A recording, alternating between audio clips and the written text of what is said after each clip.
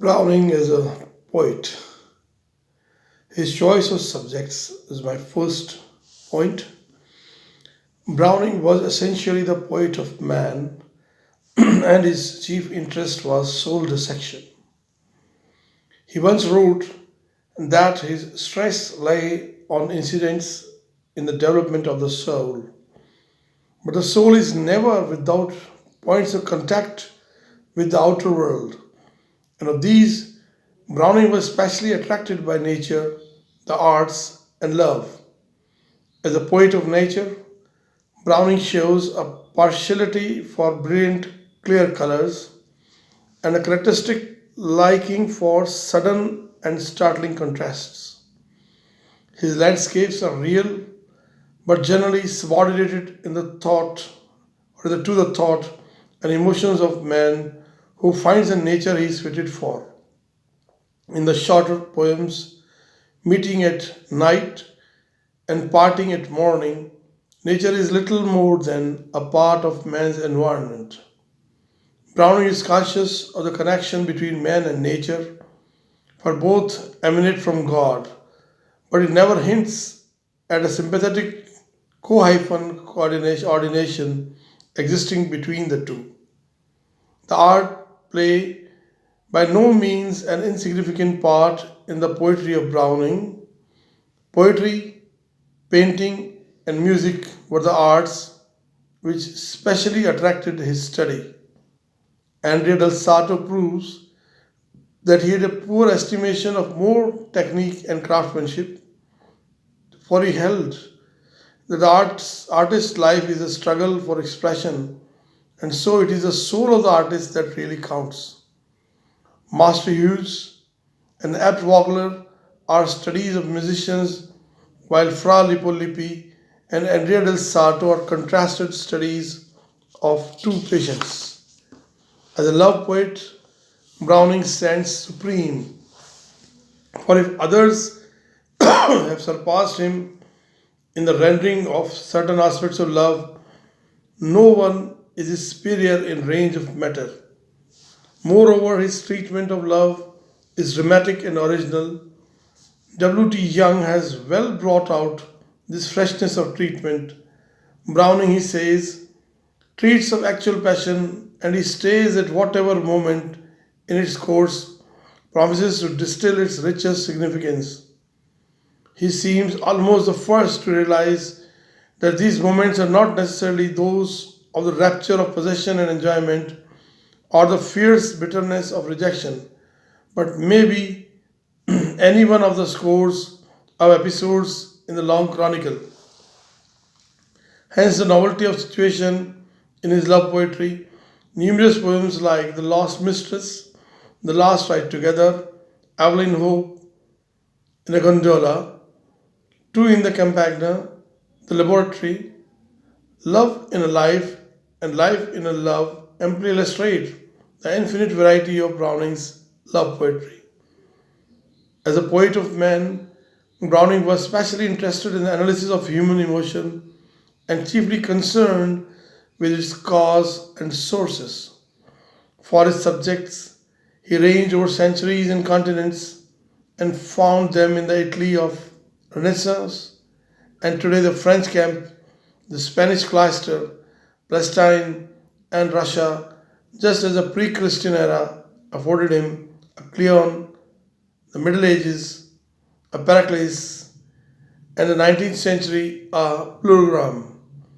In the choice of his subjects, Browning proves himself to be a thoroughgoing cosmopolitan. Next is the psychological element in his poetry. Browning's aim was soul dissection. He had an analytical mind which reveled in the search of the causes and sources of human emotion. He could think with the minds of his characters, and in his poems, he takes us into the inside of their minds. The solidity of the Spanish cloister is a fine study of the mind of a monk who flamed into hatred against his inoffensive and saintly brother in religion. The bishop orders his tomb, and St. Prax's church is a penetrating study of the emotions which welter in the bishop's mind now that his natural forces are so enfeebled to restrain them. Bishop Rogram's apology takes us right into the most intimate ornies of the bishop's mind and makes us admire its surprising agility.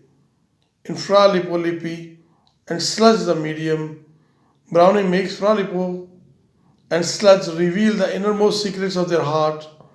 It is possible to multiply such examples endlessly, but a psychologist is seen at his best in The Ring and the book, where we are allowed to look at the same incident through nine different minds. Third, the dramatic element. Browning's genius was essentially dramatic, and no one since Shakespeare has surpassed him in the power to eliminate some striking phase of character. But although he possessed some of the elements of dramatic genius in abundant measure, he didn't possess them all. As a result, his regular dramas cannot be regarded as really successful, great though they often are in parts. Pippa Passes contains the intensely dramatic scene of Otima and Sebald. Columba's Birthday is a thrilling dramatic romance. A Soul's Tragedy is a thoroughly dramatic conception, and A Bolt in the Sturgeon has obvious elements of greatness, but none of them, not even the last, judged as a whole, is a really great drama. There is in Browning's plays some masterly characterization, but yet not one of them has the sort of materialness we find in the great plays of Shakespeare. Browning's failure in the regular drama may be attributed to three causes. Firstly, in his plays there is an enormous amount of argumentation. His habitual method of evolving character and dramatic situation is by argument. It does not have the Shakespearean method of unfolding character as a flower unfolds its petals. Secondly, Browning's style is not at all flexible, so that all his characters speak in the voice of Browning. The simple mill girl Pippa and the magnificent Otima use the English language in the same way. This is a grave defect in the drama, for it shuts out from Browning's range all that variety of minor characters who enrich the plays of Shakespeare. Finally, although Browning is profoundly interested in character, he cares little for actions as such. But the drama is a literature of action, and the action in a drama should be in coordinate with the character portrayal. Browning's drama is not the drama of the outer world of events, but of the inner world of the soul. Thus, for a man with the dramatic genius of Browning's type, the dramatic monologue was a godsend. He possessed in full measure the detachment and the ability to project and portray many individual characters. He had also the large hearted tolerance required of the great dramatist, but since he was able to present character in action on the painted scene, he gave up writing plays in favor of the dramatic monologue. In the dramatic monologue, Browning selects the most significant moments in the life of a person, the most significant for the revelation of his character, and then allows him to speak for himself and in the act to reveal the half hidden crevices of his mind and soul.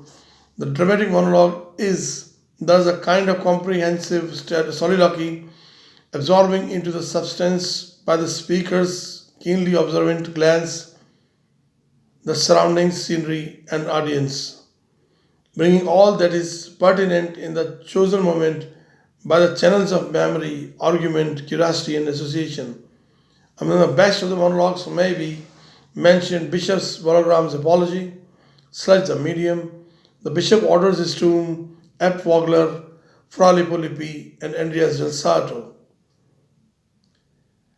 Next is his lyricism of lyrics, Browning gives us a wide range. He was capable, says Young, of the graceful impersonal elusiveness of the Elizabethans, of the subtle blendings of perfume and memory in the manner of Keats, and most rarely of the introspective Shelleyan kind. But his dramatic instinct led him much more frequently to the study of the thought and feelings of lovers in unique and intense situations. Consequently, his lyrics are often dramatic. Lastly, his artistry.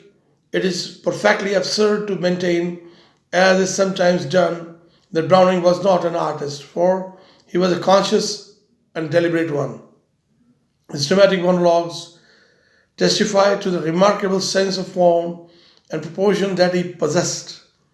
Every moment in these monologues plays a significant but not overemphasized part, hence arises their unity of atmosphere and effect. Moreover, the Browning was always experimenting and evolving new forms. Chesterton rightly emphasizes the originality of conceptions of the ring and the book, with the same stories told by nine characters and of Pippa Passes, in which a number of dramatic scenes are connected by an isolated and fugitive figure. Only a great artist can introduce such daring innovations. It is not right to say that Browning's verse lacks music and rhythm.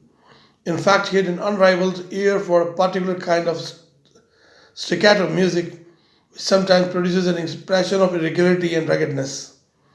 Browning's rhythm and music are more often most admirably suited to the subject he has in hand. Moreover, it should not be forgotten that he could also create, when he chose, the graceful melody of the flower's name and marching tilt of Cavalier's tunes.